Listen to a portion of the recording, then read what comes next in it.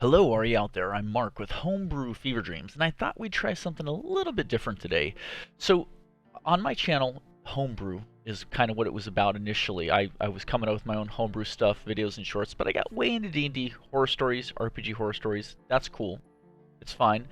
But yeah, I should still give a nod to some homebrew. Now, obviously, I look a lot at Warrior Buttons stuff, but I was just sorting through D&D homebrew here on the Reddits, and I found free one shot for third level PCs. For third level PCs. This is coming from If the Vampire Cure. So, hey, this is my first published one shot, and I'd love for you to give me your feedback. I'm gonna make a video about it. You can find it for free on Homebrewery and the DM's Guild. So we're just going to go to Homebrewery here. I've already opened this up and just kind of sized it, so hopefully it's tolerable if you guys look at it. The Vampire Cure. We've got a bit of art here. I like the clothing, first off. It definitely is how I would expect a vampire to look. Or possibly a pirate captain who lost his hat. But I get the point. And it's nice art, actually. It's quite good. One-shot adventure created. This is a. I'm gonna kill this name. Rui Riberio. I don't know how you say the R-U-I. I'm not exactly sure, but here we go. Hi, I'm Flash, and this is a one-shot adventure designed to be used without much previous work being done. It's an escort mission about a vampire named Samkal who needs help moving through a village in order to be cured of his condition. Vampirism. Or is it? We're going to find out. I haven't read this yet, so we'll just kind of work through this. Who is this for? This document was made for DMs in mind. If you're a player, feel free to send it to your dungeon master and see if he's interested in running it. However, if you are the player, don't read the whole thing. Obviously, don't ever do that where you have this inside knowledge of the game you're supposed to be playing, and that's not really it's just not fun for you, right? And it might come off odd. See, if not, you can also run it and let the poor fella play for once. Oh, that's right. If you're one of the players, you have a forever DM, you can run this one shot and let your DM have some fun. Bear in mind, because this is for level 3 characters, it's oftentimes really fun when you're starting out. Not necessarily brand new to the game, but when you're just going to do something like a one shot to make characters that aren't level 1.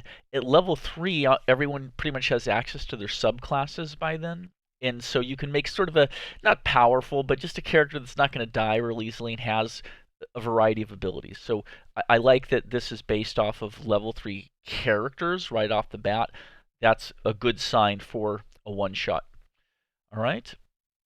Let's see. You could adapt it to make it a starting adventure if you wanted to. If you wanted to take this one shot and run it into a campaign, not a bad idea. So follow my work for more. Okay, so this is Flash here saying I'm a Portuguese dude. Cool. I love Portugal. I've been several times. Porto, Lisbon, Sintra. It's great. Cash, cash. I love going to Portugal. At any rate, awesome. But I'll leave it to other people to check out the rest of your work. I see some credits here. Again, I see some different artists that are attributed. Good. But I'll let other folks check that out. So here we go. Let's start with the adventure hook. A vampire has been terrorizing the village, killing people in order to survive. The folks are scared for their lives and have started to take to the streets and trying to bring the vampire to justice. However, this vampire claims that it doesn't want to hurt people more than he needs to, and has actually been contacting the doctor over letters in order to figure out a way to cure him of his sickness. All right. One thing I'll just recommend right away here to the creator of this document, always have other folks proofread your stuff. So far the formatting and everything looks pretty good, but I would say as a native English speaker, saying doesn't wanna would be you would write it as doesn't want to. Sorry, I'm not trying to be all pedantic, but just yeah, you might want to have a native English reader if you have a friend look over this, and then you can do a quick edit and re-upload it to your places. And secondly, and has actually been contacting a doctor over letters in order to figure out a way to cure him of his sickness. Let's see, doesn't want to hurt people. Yeah, You know what? Let's not worry about the editing. But yes, definitely always have people proofread your stuff, whatever you write, and they can help you edit, put in commas, maybe just kind of change the way you're saying stuff. Because it has actually been contacting doctors over letters. Um, I would do a period here and just say, he's been reaching out to doctors and other healers trying to find a cure, something like that. Whatever. Um, so this day has finally come. The vampire has called the party to escort him safely to the doctor's lab so he can be cured and atone for his sins. He's been starving for the last few weeks, and it has made him weaker than ever. Okay? Yeah, that makes a lot of sense because, as we all know, vampires are pretty powerful here within the game. Now, he might be freshly turned, not be that strong, but certainly, as the DM, is if the vampire is deliberately starving themselves, it could greatly weaken their CR ranking, thus making them somebody that the townsfolk or the party could potentially stake through the heart and cut off their head. And then you burn the heart. You know the whole thing. You guys know how you do it. So, Sam calls mansion. All right. It's quiet night. Full moon encapsulates the region in a dim blue glow. As the party arrives to the destination, they see a very large black house with boarded windows and an overall look of abandonment. A set of stairs leads to the front door. After knocking on the door, a pale man wearing fancy clothes comes and opens it. This man is Sam Call, the vampire that summoned them. He greets the party and invites them to enter, taking them to his office. On the inside, the house looks much better than from the outside, with large paintings decorating the walls and red carpets paving the floors. Once the party enters Sam Call's office, he read these words aloud. Yeah, let's do it. First of all, I appreciate you coming here to help me. Almost no one would do it, as it seems I carry a, let's say, reputation. So I'll get straight to it. As you can see, I'm a vampire. As you might have surmised, I'm a vampire. See? Can you see? You can't really see someone's vampire. Edit, but okay. A bunch of not so great decisions made it so this would be my fate. Fate? And for years I've been trying to figure out a way to cure myself of this sickness. Oh, so he is not a new vampire, just turned. Years old, so his power level would be higher. Alright, and I finally found it. The problem is this doctor that has the cure lives on the other side of town, and if I go by my own, I'll surely be killed by the townsfolk. I haven't got near the village in a while, so I'm becoming weaker and weaker by the day. I'd love for you to help me cure myself, if I can, so I can be regenerated into society. Again, reintegrated. Reintegrated. You got that right. What do you say? Yeah, okay. So, yeah, a little color text. If the party asks about the reward, Sam Call promises them 1,000 gold pieces, which at level 3, yeah, that's a good chunk of change. That would motivate some adventurers. His life is worth more than the gold he has. I see a little bit of art down here, very surreal. I actually like that. That's a great piece of art. Like an animated armor. Sam Call, he's a pale man with a trim beard, and he wears ostentatious clothes. Good word. Like a long red jacket with white cuffs and large flamboyant pink hat decorated with feathers. Is that how we can just tell he's a vampire just by looking at him? It's just the ostentatious clothing with like the big puffy cuffs, the feathered hat? Couldn't tell. As you might have surmised, I am the vampire of this town, of this region.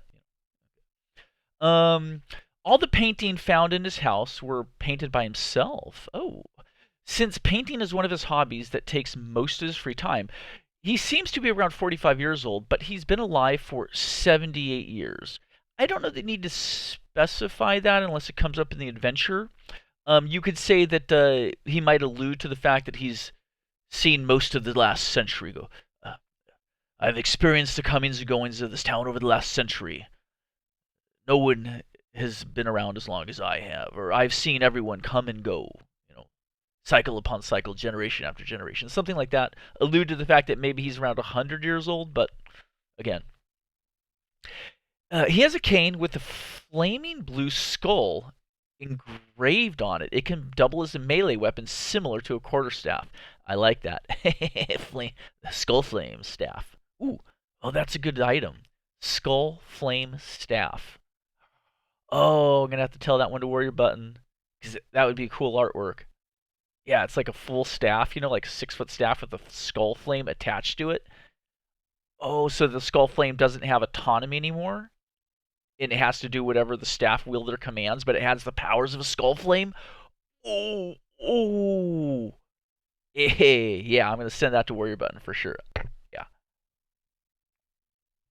I've been sending warrior button all sorts of items that you guys have been suggesting lately, and just sending them at them. I don't know if they have time to work on it, and I assume warrior button's a he, but I don't know. I've never spoken with them, so I digress. The village. This village is small with about 150 inhabitants. It's guarded by walls, and there's only one entrance and exit to the wall. Wow. On opposite sides. One entrance and one exit. Okay. Two there's two entrances to the city on opposite sides of the walls is how you'd say that, but yeah. During the night, around 6 people will be making rounds searching for Sam Call and just, yeah, general town guard. That's smart of them. These people are commoners and they're not very skilled in combat, but they'll sacrifice their life to keep the village safe, and there are 6 of them. um, but all the houses have their windows barricaded and the doors locked because the people are scared. Buildings that aren't houses, more specifically the tavern, the chapel, the city hall, and the general store, are not barricaded as people use them daily. Okay, but they are, however, locked with chains and padlocks at night. I don't. I didn't fill these buildings as it's not my intent for you to go inside them. But if your players decide to do it, just describe the most generic building of that type you can think of. I trust you to know a chapel or a tavern and what they look like inside. Okay, so just a little instructions here from the one-shot creator as to how to flesh that out if you need to. Starting the adventure. If the players decided to help Sam Call, he'll give them 1d3 potions of healing and prepare himself to leave. The party will be traversing the town during the night. For obvious reasons? Yeah. As Sam Call can't be exposed to sunlight. The players might find some way to disguise the vampire. If they don't, his out there appearance will surely call attention to him. If they don't, his appearance will surely call attention to him. Free edit. There you go. Okay. Getting to the village. Sam Call's mansion is atop a hill, so the party will descend it until they arrive at the village. If you want a little more combat in this one shot, just have them fight a wolf or some kind of night-dwelling wild beast. Yeah, and I would give a distance to that. I would say half a mile out of town or something, just so you have a little bit of idea how much time in how, like, is it just like 200 meters, or is it 1,000 meters, right? Just not a bad detail to throw in there, especially if they maybe try and run later. If they're going to try and run back to Sam Call's mansion being chased by townsfolk, how far might the chase be? Something like that. But yeah, that sounds fun. You to throw in a little starter primer thing there. Something that would belong in the nighttime. You could throw in a touch of undead just for flavor, because this is going to be like a village thing, but you've already got the theme of Sam Call. So I could see like a skeleton or something like that. Maybe an ooze, right? Some kind of ooze that would just be out there on the moors, not intelligent. Yeah, something fun. Town gate. So this is the East Town gate. We'll say that this is the gate closest to the mansion, I guess. Here are the town gates, guarded by 2 guards. If Sam Call has disguised himself, the DC 12 Persuasion will fool the guards and grant you safe passage. Perfect. So we've got our first DC check. Persuasion. Okay. I'm just give me a moment here. I could see performance check to get the group through. Right, because Sam Call is not going to make that roll themselves. I would say this comes down to how well the group is disguised. So here's what I would do. If they decide to disguise him, they're going to make a disguise check. Like there's a disguise kit. Does that work off of persuasion? Does anyone know? I'm so I think it would be a performance check possibly, or essentially just have them make a disguise DC, which is based off of whatever the disguise kit uses. So possibly charisma. But you don't always have to when you do skill checks out there, folks. You don't have to allot every single skill check to the skills provided in the player's handbook. So you could say, "Give me a disguise check." You know, um, you don't have to have them roll disguise at the beginning, but they disguise them as best they can. They don't know if it's good enough disguise, but when you reach the gate, you're trying to get them through the guard. You say, make a disguise check to see if the disguise you guys made for Sam Call is good enough. And they'll be like, well, what do I roll? And we're going to say, well, it's based off of performance. It's probably how I would do it, but possibly wisdom or intelligence or something like that. So yeah, and then you would make that roll at the 12, meaning it's not too tough. It's nighttime. Sam calls with other people, thus the guards would not think it's just who's the strange man. It's like, oh, it's a party of adventurers coming in, and one of the four is Sam Call. So they're not going to necessarily look too closely. They'll just be like, well, none of these guys look like necromancers. We're probably okay, right? These aren't three hags, just, some ladies, elves, dwarves, men, warriors. Come on in. We're okay. All right. If not, the guards will try to convince the party to hand them the vampire or be met with brute force. Roll on a loot table if you want to reward your players, or just give them 2 spears and a few gold coins if they win.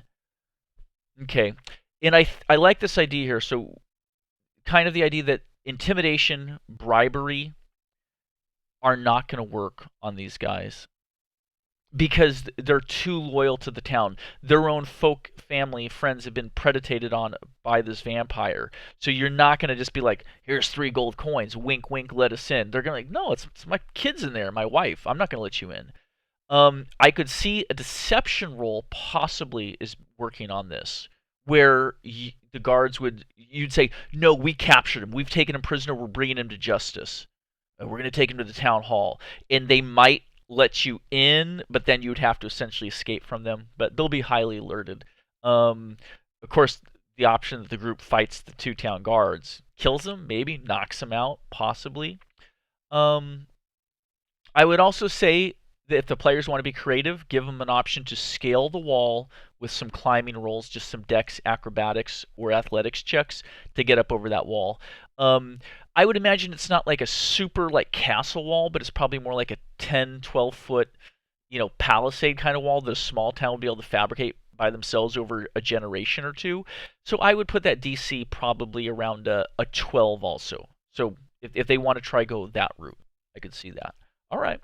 Houses. All the buildings marked with 2s on the maps are regular houses that have their windows barricaded and their doors tightly locked. The one in front of City Hall marked with a 3 has 3 haystacks in which the players can hide with a successful DC 14 stealth check.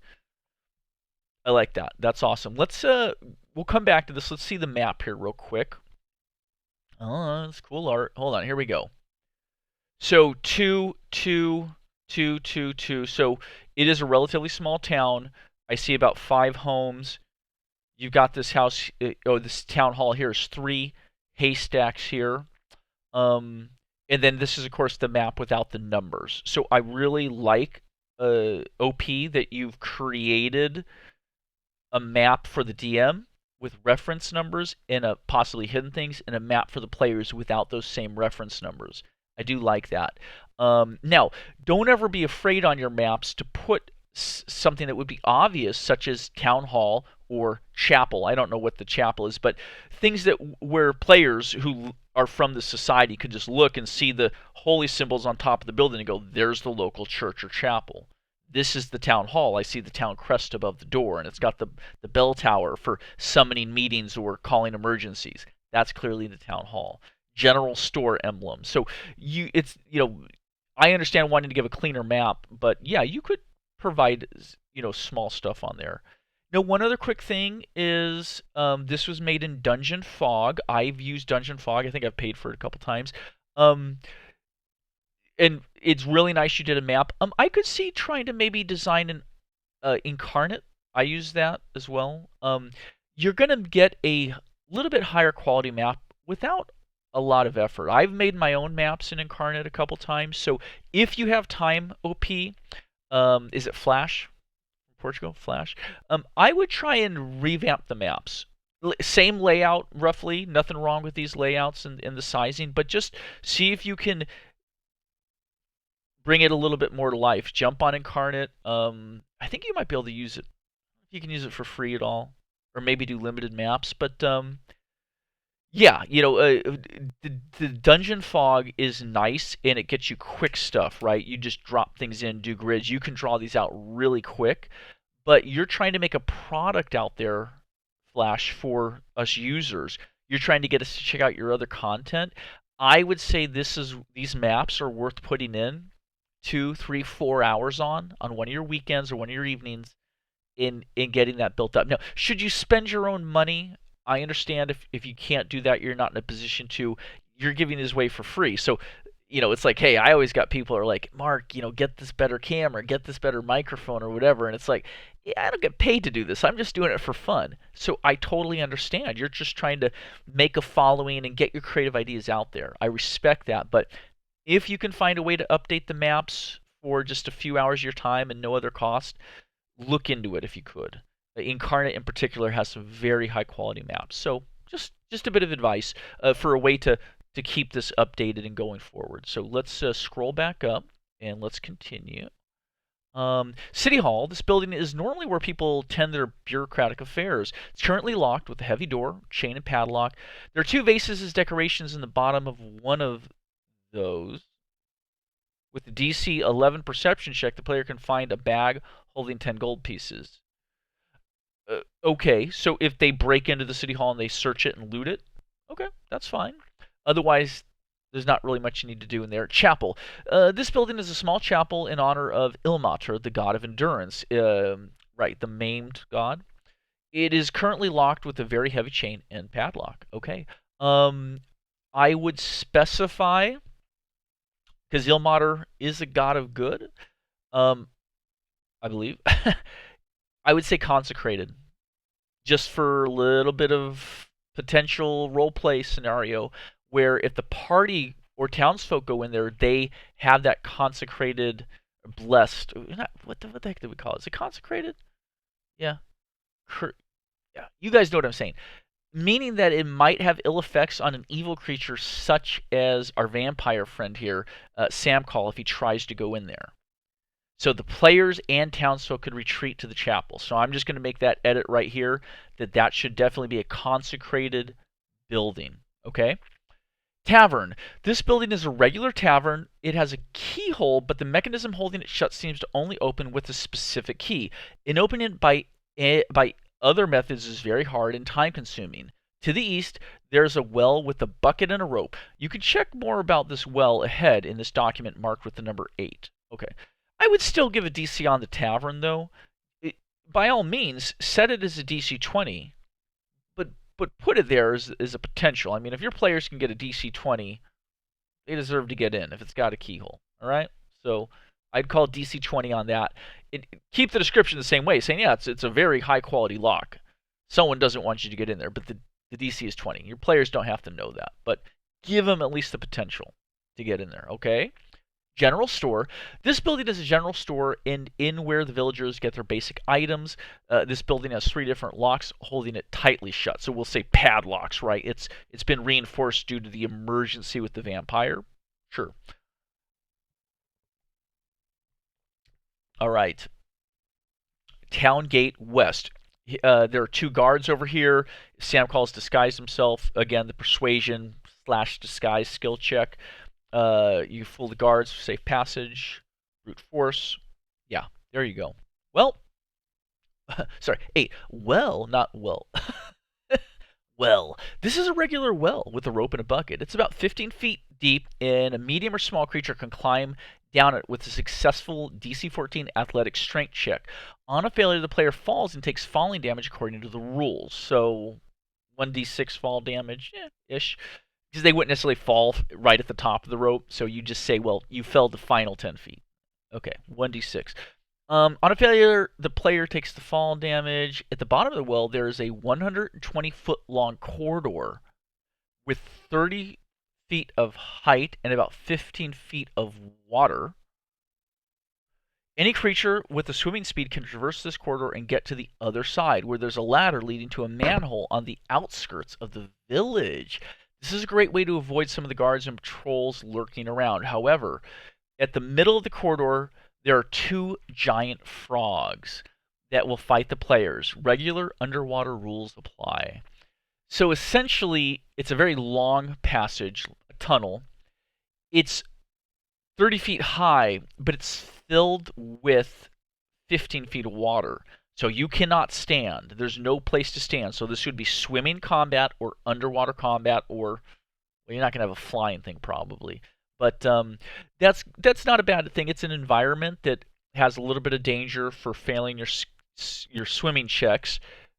So potentially players could drown. You have the frogs, and you'll get into underwater combat. You might want to make a note in there real quick about weapons that are fully effective in water combat, like tridents and spears. Like somewhere in there, I think the player's handbook lists what weapons work at full effect underwater. So like a mace or a hammer, you're swinging it underwater. It's going to be like a disadvantage to use because it just isn't made for underwater and you can't get proper momentum. Whereas a trident, a thrusting weapon, or a spear are easily going to be able to slice it essentially near full speed through the water, at least when held, right, when used as a poker. So yeah, just maybe illustrate that a bit here, or give a little side note. That would be awesome. OP is you the creator are anticipating what the people using your little one shot might need to know. So find those rules in there. Maybe you can't copy them verbatim because of copyright, but you could just rewrite a couple sentences saying, per the player's handbook, page whatever, these weapons would work. Or you could even just reference the page in the player's handbook. That might be a simple thing to do as well, and you won't get in trouble for that. Let's jump back up here to the top. We have patrols 1, 2, 3, and 4. So patrol A, B, C, D. I don't know that you need A, patrol 1, B, patrol 2. I would just say patrol 1, patrol 2, patrol 3, and patrol 4, because the 1, 2, 3, 4 tells you that they're different. You don't also need the A, B, C, D. So, and anyone who's watching along with me, again, I'm trying to do this as a useful critique for Flash. I think Flash is. So, but yeah, here we go. So depending on the type of patrol the party runs into, you have 2 commoners wielding pitchforks. They will engage in battle if they notice Sam call. There are some rocks on the ground that the players can use as a diversion or a hiding place if they duck behind them. I would also say that the commoners and the town's guards in this town, that there are rocks around that they can use as thrown improvised weapons. In case there's a range issue, they can always throw rocks at, 20, 40, or 30, 60 for a ranged attack, and just have them do a basic, 1d4 kind of, damage. Just they can stone the vampire, they can stone your party, just so that they're never at a total disadvantage. Or your guys go up on the roof of a house and you're just shooting with your slings and arrows and your cantrips, and the villagers are with their pitchforks and have no way to fight back. No, they can just pick up, fruit-sized stone off the ground and chuck them back as weapons. So that would be worth putting in there. Second type of patrol is 2 commoners with wood-cutting axes. Third is 1 commoner wielding a dagger and 1 villager that uses the thug stat wielding a club, so beefier than a commoner. And the fourth type of patrol is 1 commoner with a shovel and 1 villager that uses the thug stat. Okay, so just giving us a little bit of flavor, and I see Appendix B here is going to give us more information on monster stats, I'm guessing, or creature stats. All right. After exiting the village, when the players have successfully passed through the village, either by the eastern gate or by the tunnel at the bottom of the well, they walk around half an hour and eventually find a recluded house. I think the word is secluded, but again, proofreaders. A secluded house, and Sam Call will mention that it's the house they were headed to. He'll ask the party to let him handle the talking. He will then knock on the door and a small slit will open. In it, you can see a pair of goggles. Sam Call's explanation explains who he is, and the door opens, revealing a small, balding man with a lab coat and a pair of weird-looking blue goggles. This man is Pogov, and he is the doctor mentioned before. I'm a little bit confused. Is Pavog's house in the village or through the village? Okay, let's think about this real quick. You've got 3 locations so far. You've got the mansion the vampire Sam Call lives in. You have the village, and you have Pavog's house. They're not all in the same place. Now, I understand if you've designed the village to simply be an obstacle, the party needs to escort Sam Call through. And the reason you've kind of locked things up and given very little detail, like of what's in the tavern and the city hall and all that, is because they're not meant to explore the village to any great degree. They're just trying to get through it. That's awesome, but you should kind of state that somewhere in there. Like right up at the top of the village heading, say the village is simply on the route. The forests to the left and right are are haunted by ghosts or at night, or a pack of werewolves is roaming the area. It wouldn't be safe for even Sam Call to journey through there at night. You must pass through the village to get through this area of the forest. So you're creating a funnel. You're railroading the party through the village. Unless Pavog's house is in the village, there has to be a reason the party doesn't just take Sam Call around the village. So I would maybe do it as a bluff, like a cliffside, where Sam Call lives at the top of the cliff, on a secluded, prominence of the cliffside there. To go on the upper layer is a haunted forest or a werewolf-ridden forest at night. So in the daytime, villagers and the party could travel through it, but not Sam Call in the daytime for obvious reasons. So you must go at night. The safest route will be through the village, but they're on the lookout. The villagers are always on patrol for werewolves and the vampire Sam Call. Okay, thus explaining more of why the villagers have a palisade, meaning a wall, and why they have patrols all the time. Okay, so you descend the switchback bluff from the secluded mansion of Sam Call. You get on the seashore where the small walled village is built, 30 feet up from the crashing waves of the rocky shoreline that's impassable at this high tide this night. Right, the moon is full. The tide is high. It won't be safe to go by water. You'll all drown. It'll be nearly impossible. You'll have to go through the village. Okay, so again, you are kind of railroading, but you go through the village. You've alerted the DM that the village is not the point. You get out the other side. So there should be a west gate and an east gate. The mansion is on one side. Pavog's house is on the other side. So don't treat them as vice versa. It's one or the other. And then I would say that northern wall of the village is the cliff face. The southern wall of the village is the ocean. And because of the ocean spray and mist constantly coming up, the cliff face walls are dripping with water. They're constantly soaked and wet.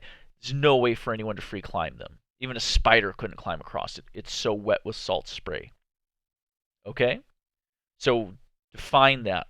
Why they've got to go through the village, which exit. Okay. Let's move on. And hopefully this is a tip to anyone else just making their own adventure that you want to share with people, or you think of the things that, just play through it in your mind of like, what will the players think when they're doing this? What will they ask? What will they try to do? Will it make sense to them? Will they just say, why are we in the village? Pavog's house isn't here? That would be a real bummer. You have to say, no, the vampire's saying we must pass through the village. It's the only safe route at night, or it's the safest route at night. Do that kind of thing. Okay. The inside of the house is dimly lit, and the floor and walls are made out of metal. Whew, the layout of this building is very unusual, and there's a lot of weird machines laying around that the players may not have a clue what they are. Pavog will lead Sam Call to the room, and the party to room 4 on that map. Okay. Unused rooms. Keep in mind that even though I designed a bunch of rooms for the sake of immersion, I only expect players to enter rooms 1, 2, and 4. It will not be adding any additional loot to the rest of the rooms. If you want, you can easily use the map for inspiration to figure out what valuable assets are in there for a player. Very cool. And here's a cool, great artwork. I don't know if that's Pavlov or not, but looks cool. Let's jump down here real quick and take a look at the layout of the map, and then we'll get to Pavlov. So this we're getting done here, folks. I know this is a long one, but if you don't want to watch, you don't have to. So yeah, here we go. Pavlov's lab. I'm guessing they come in here. It's all metal. Yeah, and it looks like he's a scientist, alchemist. I don't know if you could always some of these rooms are empty. You could always put like a little mechanical creation, animated suit of armor that's dormant. But if the players go into the side room and it'll activate as like a protection thing, something fun like that. But otherwise, 1, 2, and 4. But your players are going to want to try and get everywhere. You could even have some sort of bizarre thing in a cage or something that gets out, right? Some sort of stitched together Frankenstein's monster, flesh golem. Might be a little tricky at level 3, but do what you can. Okay, so let's scroll back up.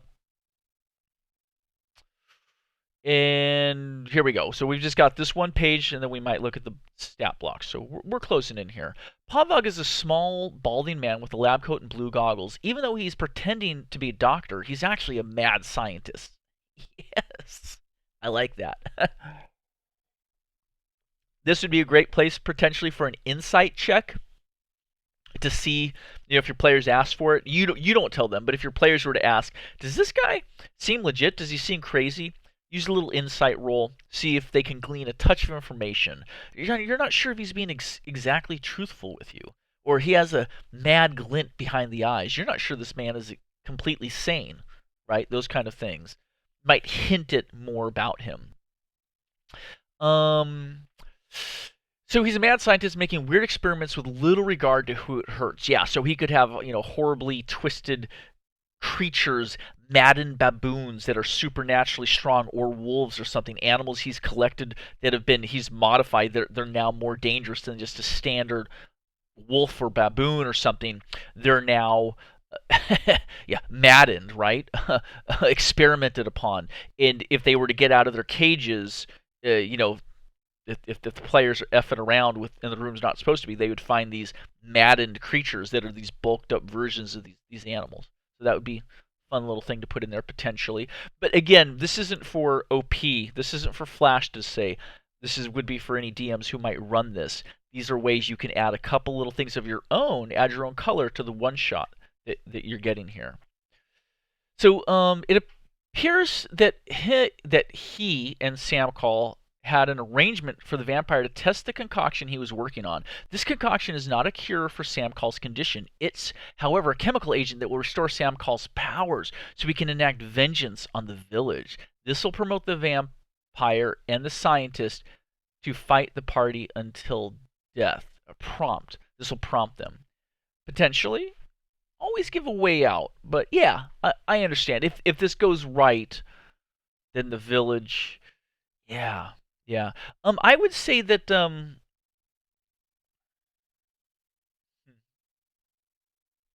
let's not think too much into it. There's little holes in the plot, but it's alright. It is fun. It is adventurous. I kind of like the idea. Yeah, we don't have to explain it, but we could say that the mad scientist had good relations with the village up until very recently. The villagers did something to cast the mad scientist out, and now he's willing to help Sam Call, right? Or he would have helped Sam Call at any time in the past. He could have potentially taken the potion to Sam Call himself, right? Like this whole thing where Sam Call needs help getting through the village to get to Pagov is very contrived. But you essentially, if the players were to talk to anyone in the village while they're passing through it, they might find out that we're beset on all sides. A vampire to the west, the werewolves pack to the north in the forest. We're afraid to go out at night. And now the mad scientist sent us a poisoned batch of brew, made some of the children sick. And he's lucky the kids have recovered after a 10-day, or we might have gone to his house with pitchforks and torches put the whole thing to flame, right? And so that's why the mad scientist, is now on the side of Sam Call the vampire and is not welcome or free to go through the village anymore. That could be a recent change. And you could explain it that Sam Call the vampire has used bats or rats as carriers, sending missives back and forth between the two. I'd say bats probably. He sends his bats with little courier bats. You could even put that into Sam Call's home. Is in the office, you see several cages with what look like bird cages, but you realize they're um, small-sized bats hanging in there. He goes over and feeds them small bits of fruit. They seem to be his trained pets, right? That's a bit of color for Sam Call's place, and it ties it all in that they're courier bats. You could even, in Pogov's room here, where you're describing it, if they say get into room 4, like, or one of the rooms, bird cages with a bowl of fruit as well as other things that you describe. So you can see, oh, in this room you see various animal cages, some of which the musk of foxes and wolves and other poor creatures permeates the room. You see several bird cages, a large bowl of fruit, and other things to feed the animals with. And the bird cages and the fruits, to a clever player, might indicate that it's the other side of the bat messenger courier system. Okay, let's keep going. Okay, so entrance. This room has a machine that generates cold, and it seems to hold some type of chemical in cylindrical tubes. Um, Cylindrical? I don't know if that's how you spell it. It doesn't look right. I don't know if that's CI, cylindrical. Might do a little spell check on that one, bud. Corridor. This room is a bunch of tubes coming from the walls and an analogic indicator of the pressure inside them. An analog indicator, so a dial meter. That's analog, right? Is a dial versus a digital display that would show numbers. So, in case anyone's wondering, I like it. Yes, that he would have that. There's also a really misplaced fireplace. Good note. Okay, hopefully there's a reason for that. Number 3, storage room. This is where Pavlov keeps most of his equipment. In here you'll find 3 hazmat suits, 2 cabinets with several tools, chests filled with weird-looking ingredients, and parts of bodies. This, sure, could be where the animal cages are, but you could also put them in the large room. So there's a chance the players, as you're describing the room, the players might put it together on their own. All right? This room is very large, and there's a lot of empty space. In here, the players can find some cabinets with weird-looking ingredients such as mushrooms, shiny rocks, plants, and crystals. This is the room where Pavlov makes his experiments. Pavlov will take the party to this room, and he'll grab a potion from one of the northern cabinets. When given to Sam Call, he'll down the potion, and soon after, his limbs will start changing and becoming more muscular. His eyes will change to black, and his voice will get much lower and raspy. Now, with his powers back, he turns on the party. Gotcha! Ooh, you fools, I can't believe how easy it was to convince you of this. How could you believe in a man that eats other people? I'd give you a tip for the future, but I don't think you'll be around much longer after this. I'm afraid that this is your reward. He says doom, but I'd say reward. It is good. This is fun. After this, Sam Call, Lesser Vampire Stat Block, and Pavlov, Cult Fanatic Stat Block, will fight the party head on. In this room, there's a chest that the party can open after defeating these 2 enemies. In it, the players find an elemental gem, a filter of love, a trident of fish command, which would also be excellent for fighting frogs underwater, and 600 gold pieces. Cool. This is Pavlov's office. There's a desk, 2 chairs, and a table. In this table is a bad news gun. The east door is locked. I don't know what a bad news gun is. The east door is locked, and it needs an eye scan as well as a fingerprint authorization. Well, if you've got Pavlov in one piece and your party didn't burn him to a crisp or melt him with acid, they can get that fingerprint, the eye, and get into that room. Otherwise, I would make the DC on a room like that like a DC lockpick of 25, meaning it's well out of the range of a level 3 party. Okay? Unless they have some extreme, someone could give guidance, and then the guy has a +5 to his lockpick, and he rolls like an 18, 19, or 20. Then all those things together in that super great situation would allow him to pick the lock. But otherwise, no. I would set a very high DC lockpick, 25 on that. Okay. Um, Otherwise, yeah, very cool.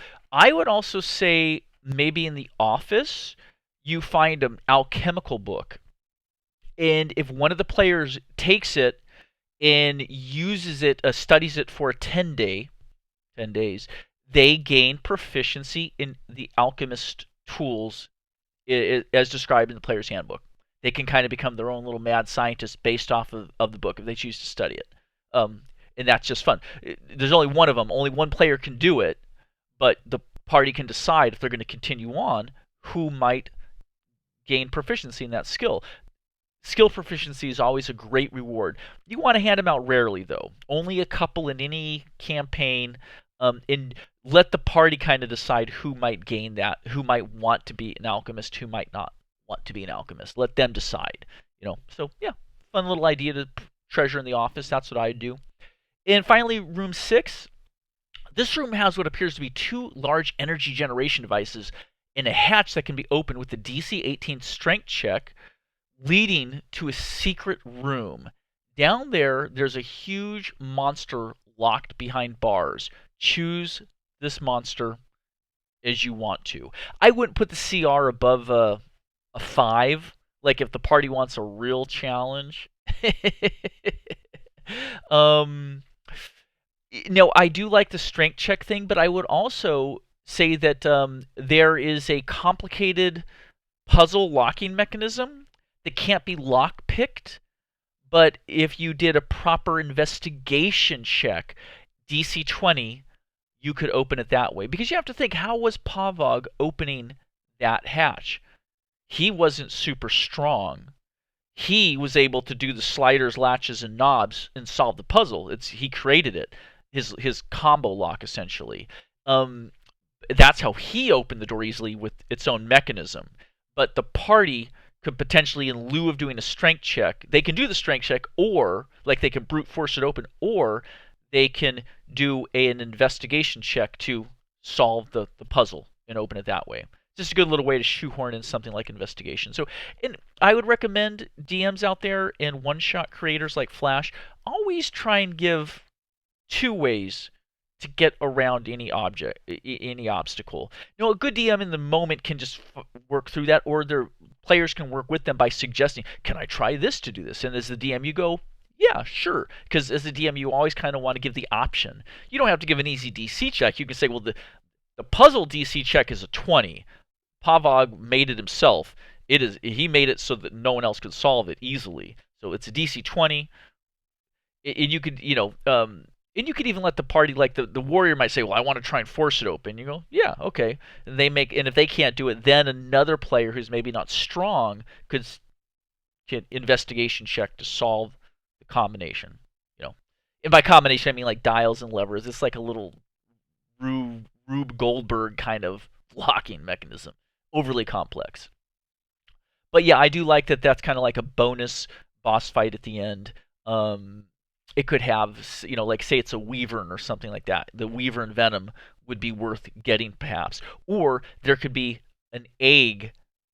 The creature you choose is guarding over an egg that if the party were to get, could either try and hatch and raise it or sell it. It would be worth 500 gold by itself, thus giving the party a motivation to perhaps fight the monster locked behind the bars. Now, if the party attacks the monster behind the bars thinking that they'll be safe and they'll just fight it from range, of course, the monster is able to burst out of the bars after the first round of combat. So you would let your party be like, well, we're not dummies. We're just going to stand back and we're just going to shoot the thing and we'll win that way. And you're like, okay, roll that combat round, they get that surprise round, but then the creature just explodes through the bars in a fit of rage and still gets to take its turn, right? So you give the party that little bit of advantage for being smarties, let them take that surprise round, but then the monster's on them as the bars were barely holding it back. Just their little egg was the only thing that was keeping it in there because they were doing their mothering instincts. They could have broken out at any time.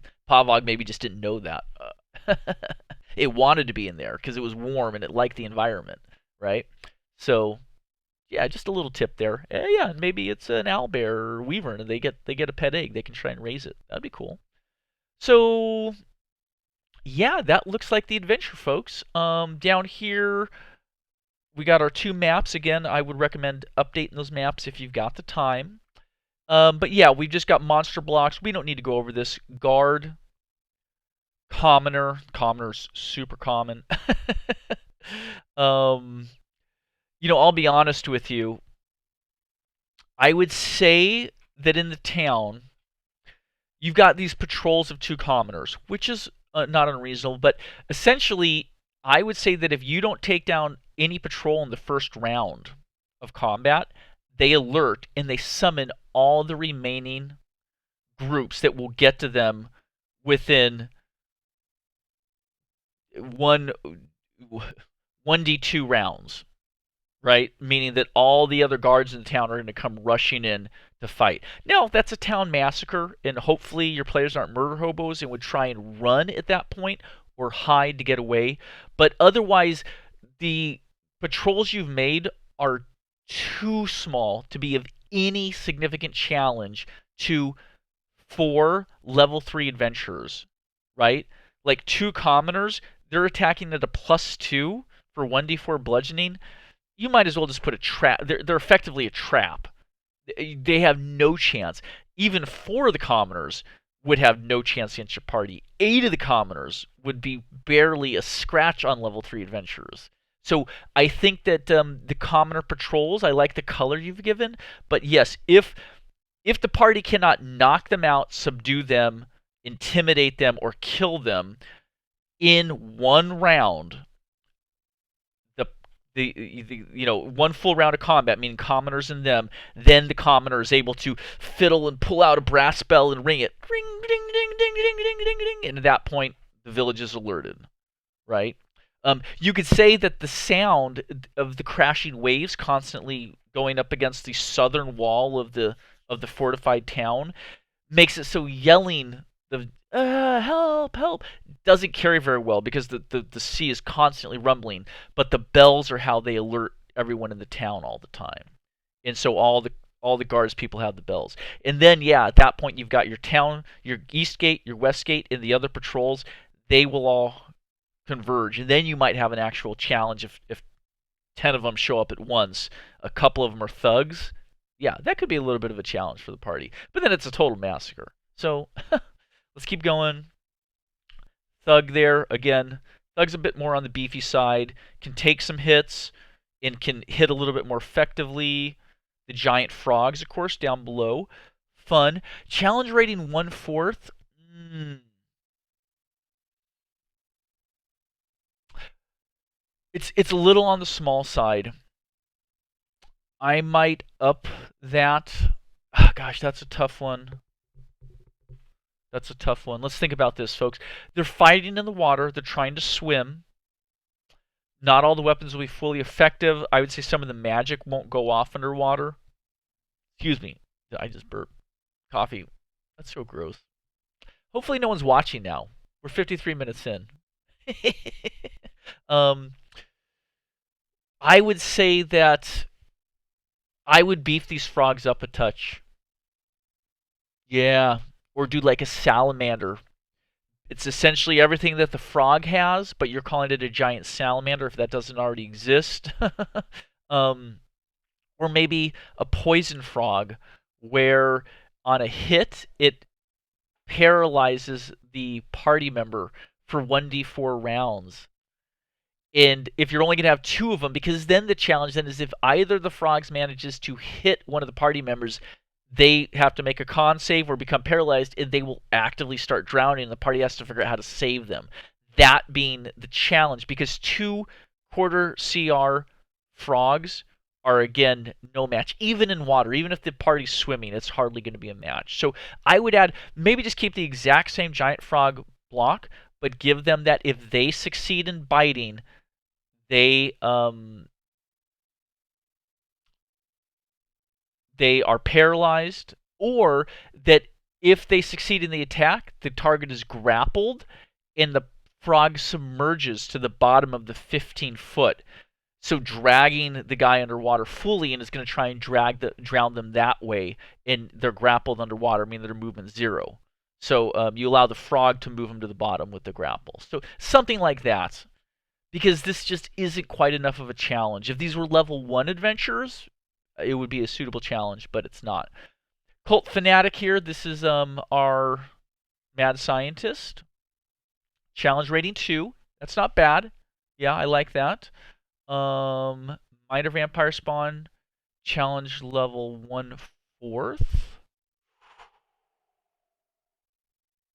I think this is fine for our vampire when he's on his journey in his weakened state. However, once he drinks the potion, this needs to be a bit more, right? Your mad scientist can't be the more dangerous of the two. I would take this.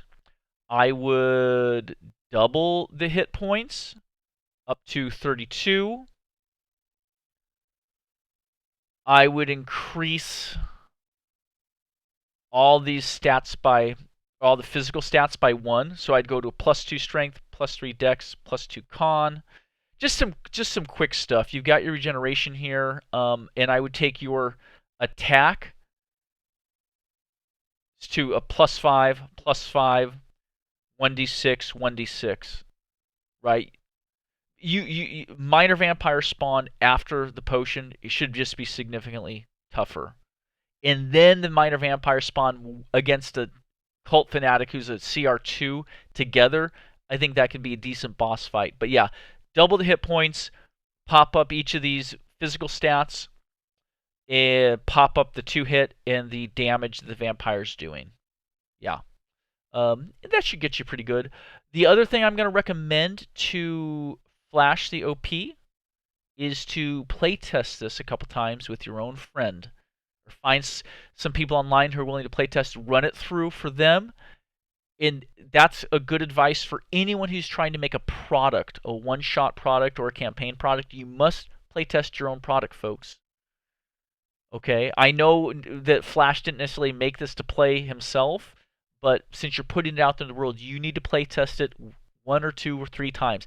I have a buddy that I've role played with for years, and he had us. He did his own one-shot product that he made, and we did have to play test it with him. It was a lot of fun. We had a great time. We actually played through it twice, and we each we remade characters for each play test. So one time we did it more silly.